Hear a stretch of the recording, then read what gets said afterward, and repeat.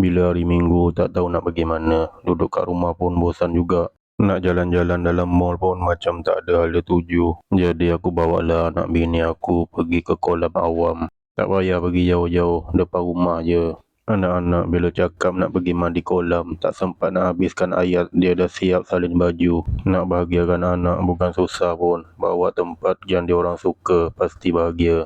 Tapi takkan anak je nak rasa bahagia, bini pun nak rasa bahagia juga. Setelah 6 hari berpenat lelah menjaga rumah sebagai seorang suri rumah dari pagi sampai ke malam, apa salahnya bawa dia jalan-jalan, bahagiakan hati dia sekali. Bagi dia rileks, santai tepi kolam sambil makan lai cikang. Sambil-sambil tu boleh sembang santai laki bini. Tapi duduk tempat macam ni tak bolehlah santai sangat. Mata tak boleh lepas dari anak-anak. Kenalah selalu pantau, kena selalu kira kepala. Takut ada yang kurang, menyesal seumur hidup. Dalam duduk santai-santai, tiba-tiba bini aku hilang. Perut dah kenyang, dia pun masuk kolam sekali. Tadi dekat rumah dia cakap dia tak nak mandi. Baju salin pun dia tak bawa. Balik nanti confirm basah seat kereta aku. Aku dah agak cakap bini aku, mana boleh percaya. Tak apalah, asalkan dia bahagia. Kalau aku tegur nanti mesti dia cakap baby tu nak mandi. Padahal budak tu tidur je dari tadi.